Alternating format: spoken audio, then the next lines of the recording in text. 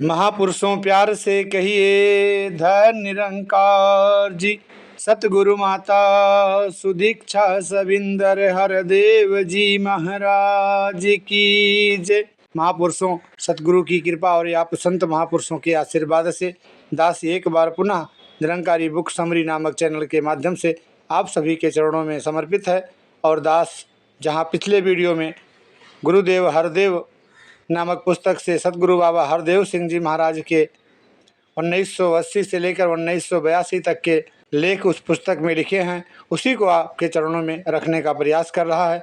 तो दास ने अगले वीडियो में जहां से बंद किया था वहीं से इस वीडियो को आगे बढ़ाएगा, इसी याचना कामना प्रार्थना के साथ कि हे सतगुरु माता सुदीक्षा सविंदर हरदेव जी महाराज, आदेश उपदेश तो समय समय पर आप दे रहे हैं, बस कृपा दृष्टि दया दृष्टि इतनी सामर्थ्य इतनी शक्ति दास और दास के परिवार के साथ समस्त निरंकारी मिशन के एक ही एक गुरसिख एक एक संत एक एक भगत के दिलों में बख्शें, मनों में बख्शें इतनी शक्ति और सामर्थ्य कि हम सब आपके आदेशों और उपदेशों को ज्यों का त्यों मान पाएं और आपकी सिखलाई गई एक एक रब्बी बातों को अपने जीवन में उतार करके अपना लोक सुखी कर पाएं, क्योंकि परलोक तो आपने इस पार ब्रह्म परमात्मा इस रमे हुए राम इस निज स्वरूप की पहचान करा करके सुधार दिया है। तो जब लोक मेरा सुखी रहेगा, इस निरंकार का एहसास हर पल हर क्षण रहेगा, आपके चरणों में अकीदा और ईमान के साथ सर अपना झुका रहेगा, संत महापुरुषों का सत्कार दिन प्रतिदिन होता जाएगा। और संत महापुरुषों के चरण जब घरों में दास के पड़ेंगे, हर एक संत महात्मा के घर में संत महात्मा का आगमन होगा, तो जहाँ आपका यशोगान होगा गुणगान होगा, वहीं इस निरंकार के एहसास में रह करके चरणामृत का भी पान होगा। और जैसा कि कहा है कि जिस घर में होते हैं संत मेहमान, वह घर होता है स्वर्ग समान, वह घर होता है स्वर्ग समान।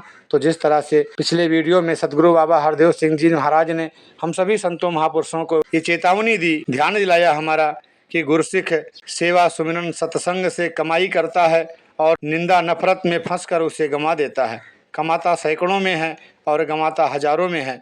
जो गुरसिख निंदा नफरत से बचा रहेगा, दातार उस सेवक की झोलियां सुखों से भरता रहेगा। ये एक बात अगर सतगुरु की कृपा से इस निरंकार के एहसास में रह करके हम सभी गुरसिख हम सभी भगत के जीवन में घर कर जाए, तो हमारे बहुत सारे कलेश बहुत सारे तापी और संताप इस संसार के इस शरीर के अपने घरों के अपने आप मिटते चले जाएंगे। यही याचना सतगुरु के चरणों में कि दीन दयाल दया करो, आपकी एक एक बात को जैसा आप समझाना चाह रही हो वैसा समझ करके खुद करते चले जाएं।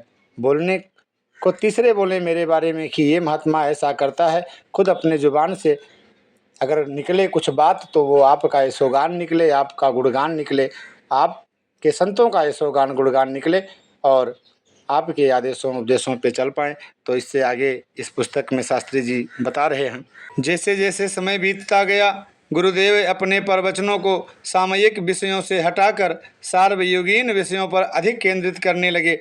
निरंकारी भक्त शांतिपूर्वक मिशन के कार्यों में संलग्न दिखते थे, लेकिन कुछ मनों का आक्रोश अभी भी पूर्णतया शांत नहीं हो पाया था। यदा कदा कुछ सख्त बातें भी सुनने को मिल जाती थीं। इसके बावजूद गुरुदेव द्वारा निर्मित संयम के बांध को किसी ने भी ना तोड़ा। तभी सन 1980 का वार्षिक संत समागम आ गया। इस समागम को बाबा गुरबचन सिंह जी महाराज के जीवन से प्रेरणा लेने के लिए श्रद्धांजलि समारोह के रूप में मनाया गया। इस समागम में देश विदेश से लाखों की संख्या में महापुरुष पधारे। इस श्रद्धांजलि समारोह का शांत वातावरण गुरुदेव की शिक्षाओं का सजीव रूप प्रस्तुत कर रहा था। भक्त वक्ताओं के विचारों में से आपकी सबका भला मांगने तथा किसी का बुरा ना चाहने की शिक्षा स्पष्ट झलक रही थी। एक दो वक्ता महापुरुष अपने मन में दबी आक्रोश की भावना को भी व्यक्त किए बिना ना रह सके।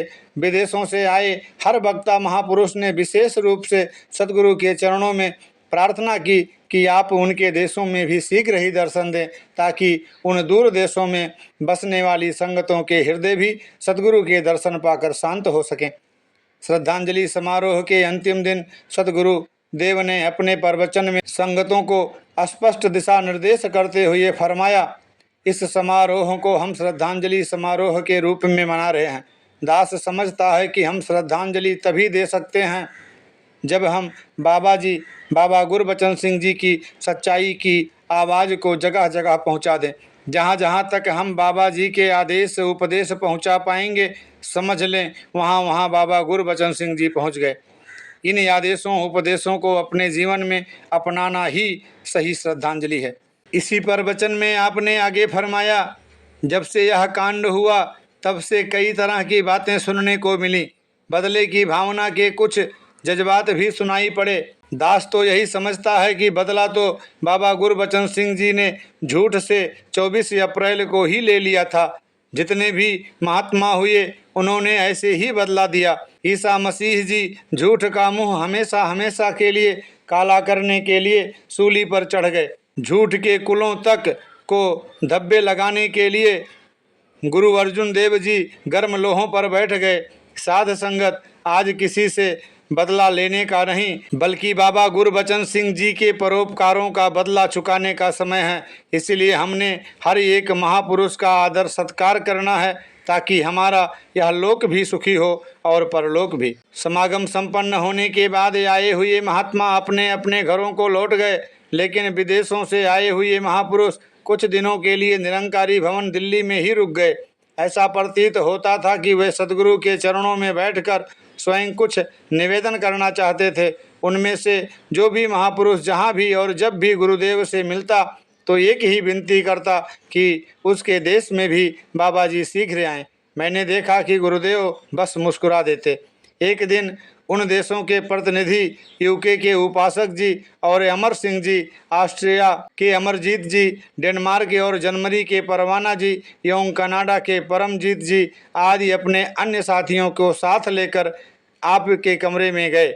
सबकी ओर से भाई साहब अमर सिंह जी ने विनय की, हुजूर हम आपसे हट तो नहीं कर सकते, लेकिन हमारी कुछ ऐसी समस्याएं हैं जो आपके विदेशों में आने से ही हल हो सकती हैं। इसीलिए हम सब एक बार फिर विनती करने आए हैं कि आप शीघ्र हमारे देशों में आकर संगतों को दर्शन दें।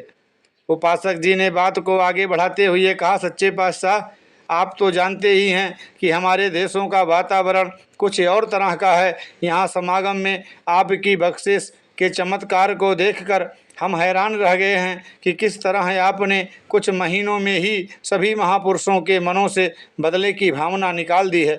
हमने सोचा ही नहीं था कि इस समागम का वातावरण ऐसा शाश्वत होगा। आप बख्शिश करें कि हमारे देशों का वातावरण भी इसी तरह शांत हो जाए।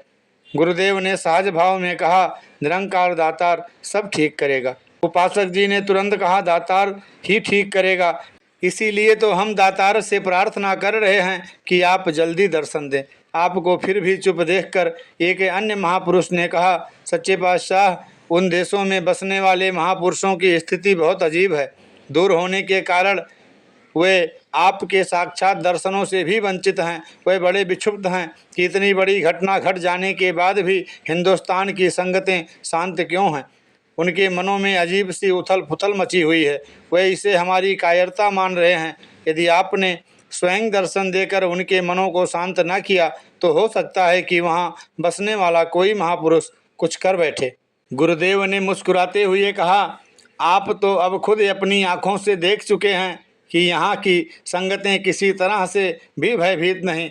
सभी महापुरुष निर्भय होकर प्रचार में जुटे हुए हैं और वातावरण भी पूरी तरह शांत है।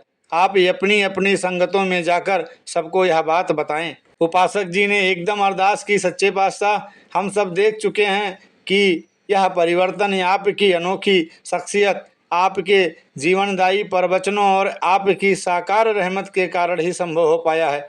दास को इस बात में कतई शक नहीं कि यदि आप जगह जगह संगत में जाकर दर्शन न देते, एक महापुरुष को न संभालते तो इतने कम समय में वातावरण ऐसा शांत हो ही नहीं सकता था। हम समझ रहे हैं कि यह परिवर्तन सिर्फ आपकी रहमत की देन है। इसमें हमारे जैसे प्रचारक या प्रबंधक का कोई हिस्सा नहीं। इसलिए वहाँ के मसले भी आपके साकार रूप में दर्शन देने से ही हल होंगे। सभी उत्साहपूर्वक सद्गुरु देव की ओर निहार रहे थे।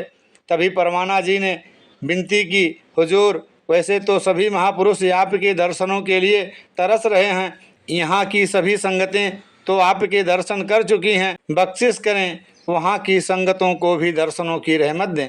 अगर यहाँ के हालात के कारण आप ज़्यादा दिनों के लिए नहीं आ सकते तो कुछ दिनों के लिए ही बख्शिश कर दें।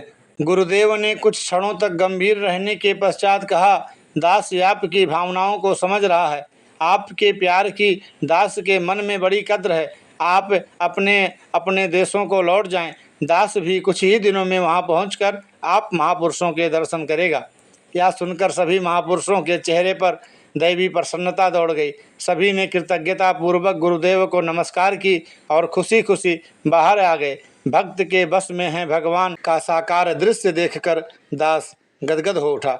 दिसंबर 1980 में गुरुदेव कुछ दिनों के लिए विदेश यात्रा पर गए। इस विदेश प्रचार यात्रा में आपके साथ आपकी सुपत्नी सविंदर कौर जी एवं निरंकारी राजमाता जी के अतिरिक्त Das JRD Satyarthi, Shri Khemraj Chadha vice chairman of all India working committee Kaka Balbir जी तथा प्रसिद्ध गीतकार श्री अनथक जी पटियाला भी गए थे। सदगुरु रूप में प्रकट होने के बाद आपकी यह पहली विदेश यात्रा थी। इस यात्रा का नज़ारा अद्भुत था। विदेशों में बसने वाले निरंकारी भक्तों का आपके प्रति अनुराग, श्रद्धा और सेवा भावना देखने योग्य थी। जब जहाज लंदन के हीथ्रो हवाई अड्डे पर उतरा तो दास यह देखकर हैरान रह गया कि अत्यधिक सर्दी के बावजूद महापुरुष सैकड़ों की संख्या में सदगुरु का स्वागत करने के लिए वहां उपस्थित थे। जैसे ही इंग्लैंड की धरती ने आपके कदमों को चूमा, वातावरण हेल निरंकारी बाबा, शुभ या आगमन निरंकारी बाबा के जय घोष से गूंज उठा। अमेरिका से प्रोफेसर जोगिंदर सिंह जी पुरी तथा कनाडा से भाई साहब कुलवंत सिंह जी एवं बहन नंद जी भी आपका स्वागत करने तथा आपका आशीर्वाद प्राप्त करने के लिए पहुंचे हुए थे। इन भक्तों के अतिरिक्त लंदन स्थित भारतीय उच्चायुक्त तथा पैन अमेरिकन विमान सेवा के वरिष्ठ अधिकारी भी आपका स्वागत करने के लिए आए हुए थे। हवाई अड्डे से गुरुदेव को बड़े सम्मान तथा श्रद्धा के साथ कारों के एक जुलूस में सलोह ले जाया गया। सलोह में संत निरंकारी मंडल इंग्लैंड की कार्यकारिणी के प्रधान भी श्री भागमल जी रहते हैं। उनके निवास स्थान पर भारी संख्या में उपस्थित महापुरुष गुरुदेव के दर्शन करके कृत्य हो उठे। दर्शनों की प्यासी आंखों से तृप्ति के भाव झलकने लगे। सभी महापुरुष आपके चरण स्पर्श करके आशीर्वाद प्राप्त करना चाहते थे। रात तक आशीर्वाद प्राप्त करने वालों का तांता बधा रहा। जब काफ़ी देर हो गई तो प्रबंधकों ने सभी से अगले दिन सत्संग में पहुंचकर आशीर्वाद प्राप्त करने की प्रार्थना की। तब कहीं आपको कुछ देर के लिए आराम करने का अवसर दिया जा सका। समय कम होने के कारण गुरुदेव का विदेश यात्रा का कार्यक्रम बहुत व्यस्त रहा। वास्तव में निरंकारी मिशन एक परिवार की तरह है जिसमें सभी महापुरुष भाई बहन हैं और सद्गुरु इस परिवार के संरक्षक हैं, पिता हैं। इसीलिए गुरुदेव या अन्य कोई महापुरुष जब भी कहीं बाहर जाते हैं तो वहां रहने वाले सभी महापुरुषों की हार्दिक इच्छा होती है कि इन्हें अपने घर में बुलाकर इनसे आशीर्वाद प्राप्त किया जाए। गुरुदेव जब विदेश यात्रा पर गए तो वहाँ भी सभी महापुरुष गुरुदेव को अपने अपने घर में बुलाकर आपका आशीर्वाद प्राप्त करने के इच्छुक थे। लेकिन मात्र 20 दिनों के कार्यक्रम में यह संभव नहीं था कि गुरुदेव हर महापुरुष के घर पहुंच जाते। इसीलिए ऐसी व्यवस्था बनाई गई कि सभी महापुरुष सत्संग में आकर कार्यक्रम समाप्त होने के बाद वहीं गुरुदेव के पास थोड़ी थोड़ी देर बैठकर जो बातचीत करना चाहें कर लें। सत्संग के हर कार्यक्रम के बाद वहाँ के महापुरुष घंटों गुरुदेव के पास बैठकर विभिन्न विषयों पर आपसे बात करते और गुरुदेव अपनी सहज वाणी में सभी को संतुष्ट करते। इसी व्यवस्था के अनुसार सत्संग के कार्यक्रम इस तरह आयोजित किए गए कि थोड़े से दिनों में ही सारे यूके की संगतें आपके दर्शनों का लाभ प्राप्त कर पाएं। गुरुदेव के साक्षात दर्शन और सहनशीलता, भाईचारे एवं प्रीत प्यार के उपदेशों से वहाँ बसने वाले निरंकारी महापुरुषों के मन की उथल पुथल शांत हो गई। क्षोभ समाप्त हो गया। आक्रोश का स्थान प्यार ने ले लिया। इस प्रचार यात्रा के दौरान अन्य स्थानों के अतिरिक्त बेडफोर्ड, लिस्टर, हिनन, ल्यूटन, इर्थकैंट, इलफोर्ड, बेडफोर्ड, लंदन एवं बर्मिंघम में सत्संग के विशेष कार्यक्रम हुए। बेडफोर्ड में सत्संग का आयोजन फॉरेन एक्सचेंज हॉल में हुआ। लिस्टर में सत्संग संगत निरंकारी सत्संग भवन में ही हुई। इस सत्संग में लिस्टर के लॉर्ड मेयर ने उपस्थित होकर पूरे नगर की ओर से गुरुदेव का केवल स्वागत ही नहीं किया, बल्कि इस यमन एकता और शांति के देवता के मानव मात्र को एकता के सूत्र में पिरोने के प्रयासों के लिए धन्यवाद भी किया। इस सत्संग में लंदन स्थित भारतीय उच्चायुक्त के डिप्टी हाई कमिश्नर ने भी अन्य वरिष्ठ अधिकारियों सहित उपस्थित होकर गुरुदेव का यूके आने पर स्वागत किया। बर्मिंघम में गुरुदेव 3 दिन रुके। वहाँ सत्संग के निरंतर कार्यक्रम चलते रहे। वहाँ पर महापुरुषों को गुरुदेव के करीब बैठकर अपने मनोभावों को प्रकट करने का भी काफ़ी अवसर मिला। समय मिलते ही वे आपके पास आ बैठते और वातावरण से प्रभावित कई बातें करते।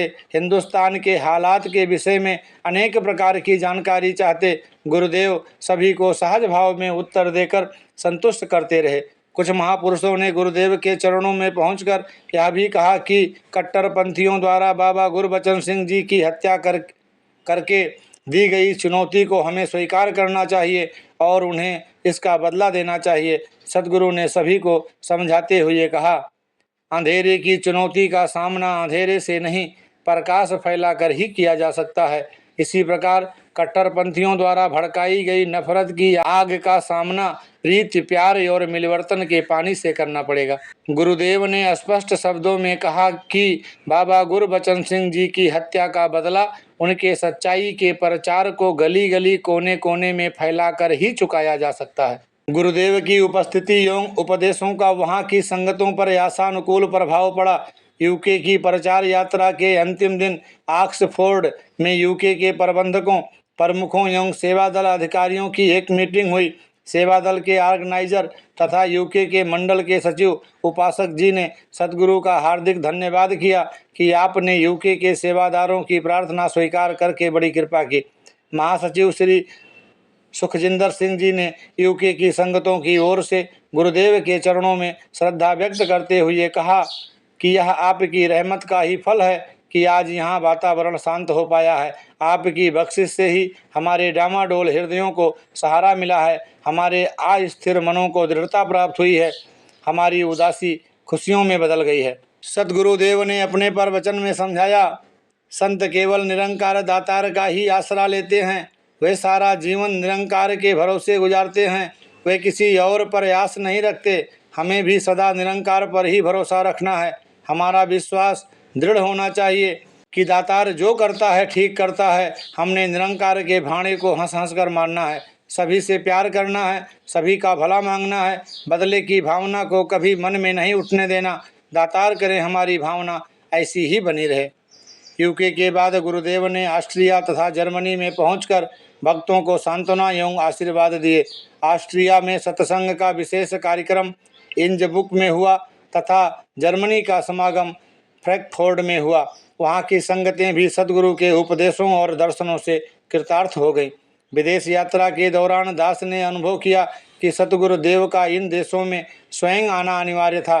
गुरुदेव के प्रवचनों से वहाँ की संगतों को आवश्यक दिशा निर्देश मिला। देखते ही देखते संगत के विक्षुब्ध हृदय शांत हो गए। ऐसा लगा कि वास्तव में अब संपूर्ण निरंकारी जगत शांत हो पाया है। देश विदेश कहाँ भी बसने वाला हर महापुरुष अब निर्भीक भाव से प्रचार कार्य में जुट गया है। विदेश यात्रा से वापस आने के बाद सतगुरुदेव ने दिल्ली में भक्ति पर्व के उपलक्ष्य में आयोजित समागम में दर्शन दिए। कुछ दिन दिल्ली की संगतों को आशीर्वाद प्रदान करने के बाद गुरुदेव पंजाब, राजस्थान और मध्य प्रदेश की प्रचार यात्रा पर निकल पड़े। अनेकों स्थानों पर सत्संग करने के बाद सतगुरुदेव जब मुंबई पहुँचे तो मराठा, गुजराती और अन्य भक्तों ने हजारों की संख्या में उपस्थित होकर आपका भव्य स्वागत किया। श्रद्धालुओं के अनुरोध पर आप यहाँ 3 दिन रुके। मुंबई साध संगत अनेकता में एकता का साकार रूप है। अलग अलग प्रांतों से संबंध रखने वाले, अलग अलग भाषाएं बोलने वाले, अलग अलग तरह की वेशभूषा और रहन सहन को अपनाने वाले महापुरुषों मिलवर्तन यहाँ की संगत का श्रृंगार है। यहाँ की संगत के अधिकतर महापुरुष मेहनत मजदूरी करने वाले हैं। आर्थिक रूप से विशेष संपन्न न होने के बावजूद इनकी सेवा भावना और उत्साह देखते ही बनता था। यहाँ सत्संग के हर कार्यक्रम में 4-5 भाषाएं सुनने को मिलती हैं। इन 3 दिनों में भी जो कार्यक्रम हुए उनमें श्रद्धालु भक्तों ने मराठी, गुजराती, हिंदी और सिंधी आदि कई भाषाओं में आपके प्रति अपनी भावना और श्रद्धा व्यक्त की। उन दिनों सत्संग के कार्यक्रम अधिकतर निरंकारी सत्संग भवनों में ही हुआ करते थे। सरकार की ओर से उस समय उन भवनों पर सुरक्षा के विशेष प्रबंध हुआ करते थे। इन 3 दिनों में भी मुंबई प्रशासन की ओर से निरंकारी भवन पर सुरक्षा के विशेष प्रबंध किए गए थे। पुलिस के अनेकों वरिष्ठ अधिकारी सुरक्षा व्यवस्था की स्वयं निगरानी करने के लिए आए हुए थे। कुछ पुलिस अधिकारियों से बात करने पर दास ने अनुभव किया कि उनके मनों में भी निरंकारी मिशन के बारे में अनेकों भ्रांतियां भर दी गई थीं। स्वाभाविक जिज्ञासावश वह सत्संग में होने वाले सभी प्रवचनों को बड़े गौर से सुनते थे। निरंकारी संतों के आचरण, वक्ता महापुरुषों के विचारों और सद्गुरुदेव के प्रवचनों को फैलाई गई भ्रांतियों के एकदम उलट पाकर वे अजीब सी दुविधा अनुभव कर रहे थे।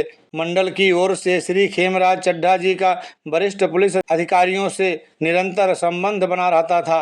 गुरुदेव से मुंबई प्रवास के दूसरे दिन गुप्तचर विभाग के एक अधिकारी ने चड्ढा साहब से मिलकर गुरुदेव से भेंट करने की इच्छा व्यक्त की।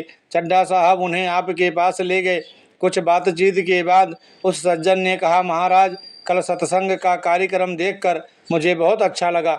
मैं बहुत हैरान हूँ कि आपके विरुद्ध प्रचार तो यह किया जाता है कि आप पहले हो गुजरे गुरुओं अवतारों का अनादर करते हैं, परंतु कल के कार्यक्रम में तो मुझे कोई ऐसी बात देखने या सुनने को नहीं मिली। गुरुदेव ने सहज भाव में कहा, हम तो सभी गुरुओं, पीरों, पैगंबरों का समान आदर करते हैं। आप तो स्वयं देख ही चुके हैं, हमारे सत्संग में सभी मजहबों और जातियों के सज्जन आते हैं। यदि हम लोग किसी गुरु अवतार का अनादर करें तो सभी मजहबों के लोग यहाँ इस तरह इकट्ठे नहीं हो सकते। उस सज्जन ने कुछ संकोच के साथ प्रश्न किया, महाराज, यहाँ के कुछ सिख सज्जनों ने काफ़ी प्रचार किया है कि आप धार्मिक ग्रंथों का अपमान करते हैं। वे आरोप लगाते हैं कि आप लोग गुरु ग्रंथ साहब को नीचे रखकर स्वयं ऊपर बैठते हैं। सतगुरुदेव उनकी बात सुनकर गंभीर हो गए। फिर समझाते हुए फरमाया, दास की समझ में नहीं आता कि पढ़े लिखे लोग ऐसी बातों को सच कैसे मान लेते हैं।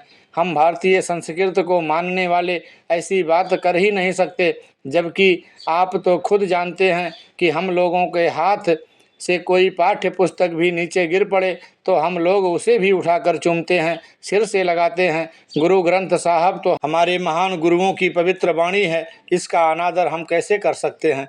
कुछ रुककर आपने आगे कहा, आपने तो कल सत्संग का कार्यक्रम स्वयं देखा है। आपने देख ही लिया होगा कि हमारे सत्संग में किसी भी धर्म ग्रंथ को नहीं रखा जाता। जब यहाँ कोई धर्म ग्रंथ होता ही नहीं तो फिर उसे नीचे या ऊपर रखने का सवाल ही पैदा नहीं होता। हम सभी धर्म ग्रंथों को समान आदर देते हैं, उनमें लिखे आदेशों को जीवन में अपनाने का प्रयास करते हैं, उनके अनुसार जीवन ढालने को अपना कर्तव्य मानते हैं। हाँ, यह बात ज़रूर है कि हम संसार की तरह किसी भी ग्रंथ को रिवाजन नहीं पूजते, क्योंकि हमारा विश्वास है कि सभी धर्म ग्रंथों में लिखे आदेशों के अनुसार आचरण करना ही इसकी वास्तविक पूजा है। आपका भी तो एक धर्म ग्रंथ है, अवतार वाणी, उस सज्जन ने पूछा। यह कहा जा रहा है कि उसमें अन्य धर्मों के विषय में कई आपत्तिजनक बातें कही गई हैं।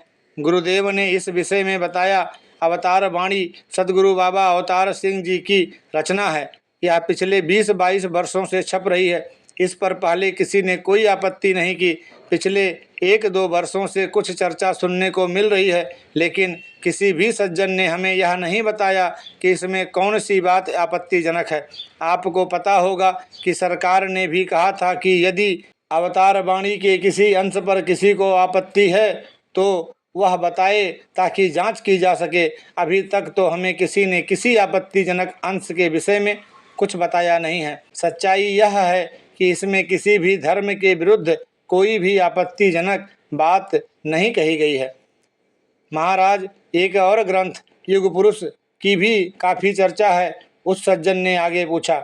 युग पुरुष हमारा कोई धर्म ग्रंथ नहीं, गुरुदेव ने बताया। यह तो एक श्रद्धालु भक्त द्वारा अपने सदगुरु बाबा अवतार सिंह जी की लिखी हुई जीवनी है। इसमें भी हमें कोई आपत्तिजनक बात दिखाई नहीं दी। वैसे आप जानते होंगे कि बाबा गुरबचन सिंह जी ने अपने जीवन काल में कई बार कहा था कि यदि इसका कोई आपत्तिजनक अंश बताया गया तो लेखक को उस पर विचार करने के लिए कहा जा सकता है। आज तक किसी ने इसके भी किसी आपत्तिजनक अंश से हमें अवगत नहीं कराया। वह सज्जन गुरुदेव के उत्तरों से पूर्णतया संतुष्ट हो गया और नमस्कार करके चला गया। 3 दिन तक मुंबई के महापुरुषों पर अमृत वर्षा करने के बाद गुरुदेव पूर्वी उत्तर प्रदेश के कुछ स्थानों की प्रचार यात्रा करते हुए इलाहाबाद पहुँचे। इलाहाबाद में उत्तर प्रदेश का वार्षिक संत समागम आयोजित किया गया था। इस समागम में गुरुदेव ने फरमाया कि भक्त केवल निरंकार दातार का आसरा लेते हैं, ब्रह्मज्ञानी कभी दुनियावी शक्तियों का आसरा नहीं लेते। तदुपरांत गुरुदेव कलकत्ता में आयोजित पश्चिमी बंगाल के वार्षिक संत समागम में पधारे। इस कार्यक्रम की शोभा निराली थी। पंडाल बंगाली महापुरुषों से खचाखच भरा था। अधिकतर कार्यक्रम बांग्ला भाषा में ही चला। कार्यक्रम में बंगाल की संस्कृति की स्पष्ट छाप दिखाई पड़ती थी।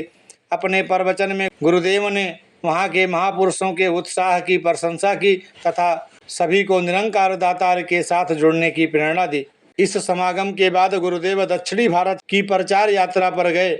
मद्रास, बेंगलोर, हैदराबाद, वारसा, नागपुर आदि स्थानों पर संगतों को प्रभु भक्ति का अमर संदेश देते हुए दिल्ली वापस पहुँचे।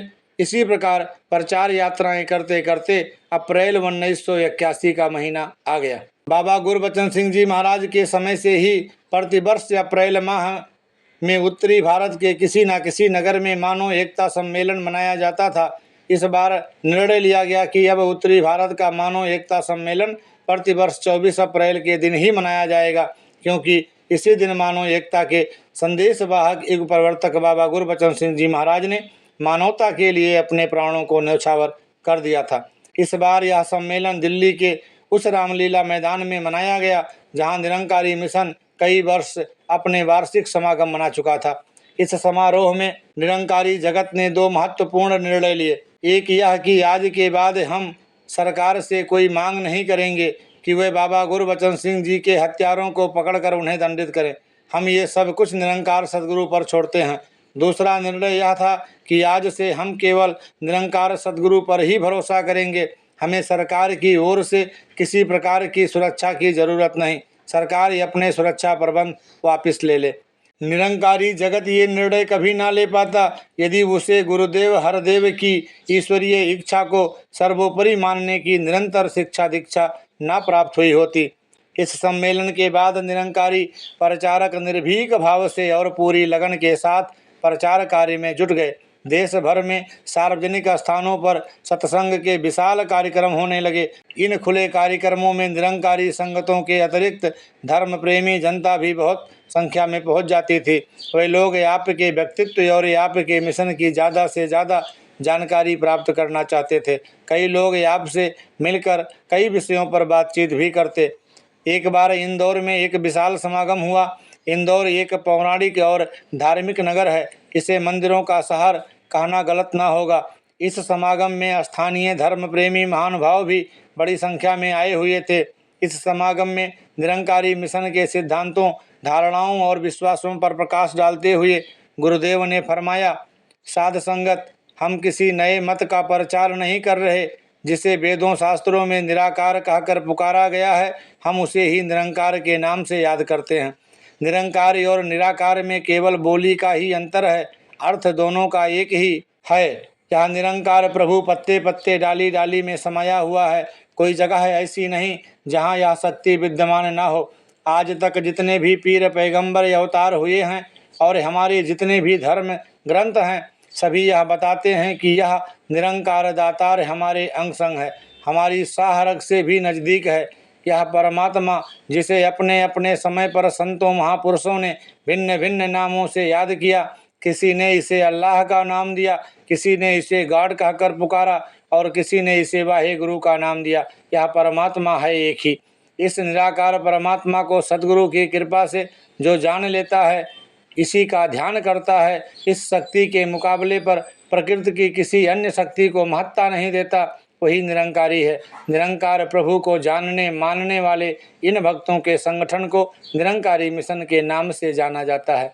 निरंकारी मिशन के कुछ सीधे साधे सिद्धांत हैं कि हमारे पास जितनी शक्तियां हैं, जितना धन वैभव है, जितनी विद्या बुद्धि है, इन सब का देने वाला एक निरंकार प्रभु है। हमें इन पर किसी प्रकार का अभिमान नहीं करना, कर्ता भाव को छोड़कर अर्पण भाव से अपना सारा जीवन जीना है। हमें संसार में द्वैत भावना से ऊपर उठकर सबसे प्यार करते हुए अपना जीवन गुजारना है। किसी ऊंच नीच के भेदभाव में नहीं पड़ना।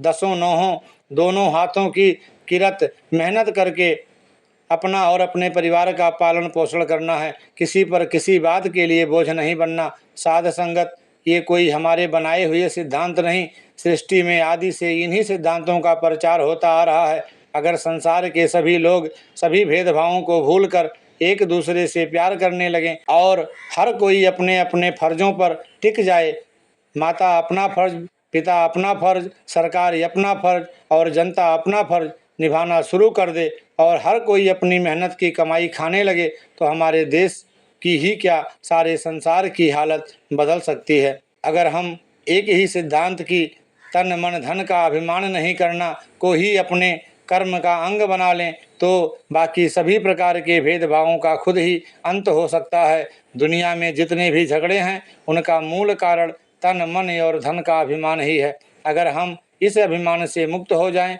तो जहां हम जीवन मुक्ति का आनंद ले सकेंगे, वहीं हमें अमर पद की प्राप्ति भी सहज में हो ही जाएगी। कार्यक्रम की समाप्ति के बाद जब गुरुदेव मंच से उतरकर नीचे आए, तो कुछ जिज्ञासुओं ने आपसे कुछ जानकारी प्राप्त करने की इच्छा व्यक्त की। गुरुदेव ने पूर्व निश्चित कार्यक्रम के अनुसार कहीं पहुंचना था, इसलिए आपने दास को वहां रुककर उनसे चर्चा करने का संकेत किया और उनका अभिवादन स्वीकार करते हुए स्वयं वहां से चले गए।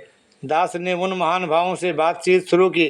पूज्य बाबा जी के प्रवचन की प्रशंसा करने के बाद उनमें से एक सज्जन ने दास से पूछा, जब आप लोग भी उसी सत्य की चर्चा कर रहे हैं और उन्हीं सिद्धांतों का प्रचार कर रहे हैं जिनका वर्णन वेद आदि सत्य शास्त्रों अथवा धर्म ग्रंथों में किया गया है, तो आप अलग से एक नया नाम देकर एक और गुट को क्यों जन्म दे रहे हैं? हमारा देश तो पहले ही अनेक गुटों, संप्रदायों और टुकड़ों में बटा हुआ है। अभी वह सज्जन अपनी बात बड़ी मुश्किल से पूरी कर पाए थे कि एक दूसरे सज्जन कहने लगे, आपको बाबा ने तो कोई नई बात नहीं बताई। ऐसी बातों से तो हमारी उपनिषदें और हमारी श्रुतियाँ स्मृतियाँ भरी पड़ी हैं। यह एक ही सांस में इस उपनिषद के निम्नलिखित 3 श्लोक पढ़ गए। ईसा वास्यमिदम सर्व यत किचद जगत्याम जगत तेन तक्तेन भुज जीवा या गृध कस्य सिद्ध धनम, अर्थात अखिल ब्रह्मांड में जो कुछ भी है जड़ चेतन जगत है, यह समस्त ईश्वर से आच्छादित है। इस जगत का त्याग भाव से भोग करो, इसमें आसक्त न हो। इस धन वैभव को कर्ता परमात्मा न मानो। कुर्वत्रे वेह कर्माणि जिजी विशेषतः समः एवं त्वयति त्वयि नान ये तो अस्ति न कर्म लिप्यते नरे, अर्थात इस जगत में कर्म करते हुए 100 वर्ष जीने की इच्छा करनी चाहिए। इस प्रकार से त्याग भाव से किए गए कर्मों में मनुष्य लिप्त नहीं होता। इसके सिवाय बंधन मुक्त होने का और कोई मार्ग नहीं। यस्तु सर्वाणि भूतान यात्मन्ये वानुपश्यति सर्वभूतेषु चात्मानं ततो न बीजुगुप्सते, अर्थात जो मनुष्य संपूर्ण प्राणियों को परमात्मा में और संपूर्ण प्राणियों में परमात्मा को देखता है, वह किसी से घृणा नहीं करता। इन मंत्रों को बड़ी तेजी से पढ़ने के पश्चात बड़े ही तेज स्वर में वह पूछने लगे कि श्रीमान जी, क्या आपके बाबा ने इन्हीं मंत्रों के मात्र अर्थों को ही नहीं दोहराया? फिर आप बताएं कि उन्होंने कौन सी नई बात बताई, या तो हम पहले से ही जानते हैं। इसी प्रकार एक सिंधी सज्जन ने भी कुछ इसी प्रकार की भावना व्यक्त करते हुए कहा कि हम तो पहले से ही यह बात हर रोज़ पढ़ते आ रहे हैं। अव्वल अल्लाह नूर उपाया, कुदरत के सब बंदे, एक नूर से सब जग उपजा, कौन भले कौन मंदे, अथवा ना कोई बैरी ना ही बेगाना, सकल संग हमको बनियाई, अथवा कर्म करत होवे निहकामी, तिसको प्राप्त होत स्वामी, अथवा आप गवाइए ता सोह पाइए। दास ने सब कुछ नतमस्तक होकर सुनता हुआ उस समय की प्रतीक्षा में था कि ये सज्जन दास को कुछ कहने या निवेदन करने का अवसर दें। आखिर उन्हीं में से एक वयोवृद्ध सज्जन बोल उठे, आप लोग अपनी ही कहते जाएंगे या इनकी भी कुछ सुनेंगे। परिणामतः सबने एक स्वर में कहा कि श्रीमान जी, अब आप हमारी इन शंकाओं का निवारण करें। दास ने निरंकार सद्गुरु का ध्यान करते हुए कहा, आपने जो कुछ कहा है उससे मैं 100% सहमत हूँ। मुझे मानने में रत्ती भर संकोच नहीं कि पूज्य बाबा जी ने कोई नई बात नहीं बल्कि ऋषियों महर्षियों द्वारा अनुभूत सत्यों का ही वर्णन किया है। थोड़ा रुककर और उन सज्जनों के चेहरों पर अपनी दृष्टि गाड़ते हुए दास ने भी उनसे एक प्रश्न किया, आप बता सकते हैं कि सत्य क्या कभी नया या पुराना होता है? सभी ने अनायास कहा, नहीं, सत्य 3 काल एक रस रहता है।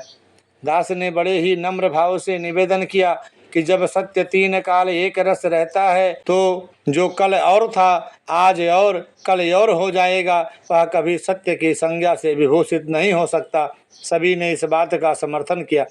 इस पर दास ने थोड़ा गंभीर होकर उन सज्जनों से कहा कि जब पूज्य बाबा जी को सत्य संदेश देना है तो वह ऐसी कौन सी बात कहते जो नई हो? यदि कोई नई बात कहते तो वह सत्य न होकर कुछ और ही होता। यह कहकर जब मैंने गौर से उनकी ओर देखा तो पाया कि वे मेरी बात को हृदय से मान चुके थे। दास ने अपनी बात आगे बढ़ाते हुए निवेदन किया, भाई साहब जी, रही बात कि हम लोगों ने अलग से यह प्रचार व्यवस्था क्यों शुरू कर रखी है, हम उन्हीं संस्थाओं से जो पहले से ही चली आ रही हैं क्यों नहीं जुड़ जाते? तो इस संबंध में मुझे इतना सा ही निवेदन करना है कि हमने कोई नया मार्ग नहीं बनाया, हम तो सनातन पुरातन मार्ग पर ही चल रहे हैं और जो लोग जाने अनजाने इस सत्य के मार्ग से हटकर विभिन्न गुटों में बट गए हैं उन्हें सत्य मार्ग पर लाने के लिए प्रयत्नशील हैं। हमारा इतिहास साक्षी है कि महापुरुष समय समय पर ऐसा करते रहे हैं। विडंबना यह है, गुटों पर चलने वाले लोग ऐसे महापुरुषों को नए गुटों का जन्मदाता समझने की भूल कर बैठते हैं। आज कुछ ऐसा ही हमारे साथ भी हो रहा है। ऐसे महापुरुषों को किसी गुट या संप्रदाय का जन्मदाता मानना उनके प्रति बहुत बड़ा अन्याय होगा। हम तो एक ऐसा साझा मंच बना रहे हैं जहां इंसान इंसान बनकर इकट्ठे हों। इंसानों के ऐसे संगठन को गुट की संज्ञा देना किसी प्रकार से भी उचित नहीं। यह प्रयत्न किस सीमा तक सफल होगा भी या नहीं, यह दातार प्रभु जाने। हम तो इसे अपना एक मानवीय कर्तव्य समझकर करते चले जा रहे हैं और तब तक करते जाएंगे जब तक ऐसा करने की शक्ति दातार प्रभु प्रदान करता रहेगा। दास को आशा है कि आप भी इससे सहमत होंगे। उनको चुप देखकर दास ने उनसे आज्ञा मांगी और उस महापुरुष के घर पहुंच गया जहां गुरुदेव विश्राम के लिए गए हुए थे।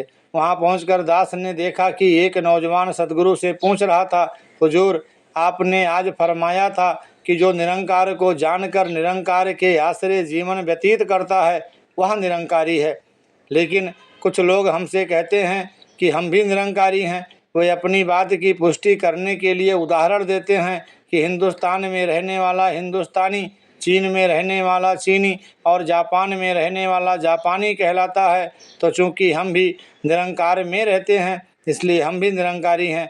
हुजूर, उन लोगों को इस बात का हम क्या उत्तर दें?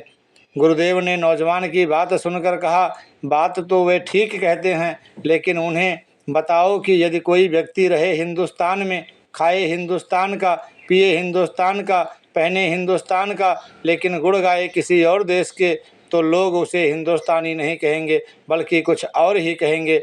इसी प्रकार जो निरंकार में रहकर खाए पिए पहने तो निरंकार का और गुण गाए माया के, तो उसे हम निरंकारी नहीं माया का पुजारी ही कहेंगे। दास इस वीडियो को यहीं पर विराम देगा।